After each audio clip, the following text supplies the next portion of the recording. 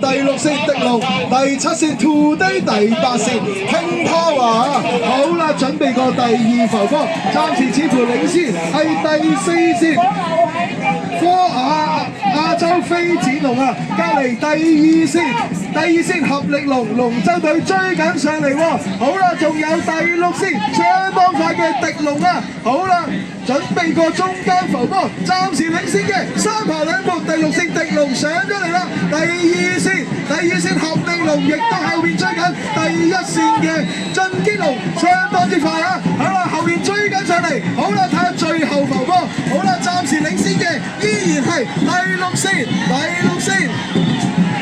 嘅迪龍啊，但後面第2、3、4名相當之接近啊！第6線迪龍有個好明顯優勢，但係第2名咧係邊個啊？會唔會係第2線嘅迪龍，定係第3線捷龍咧？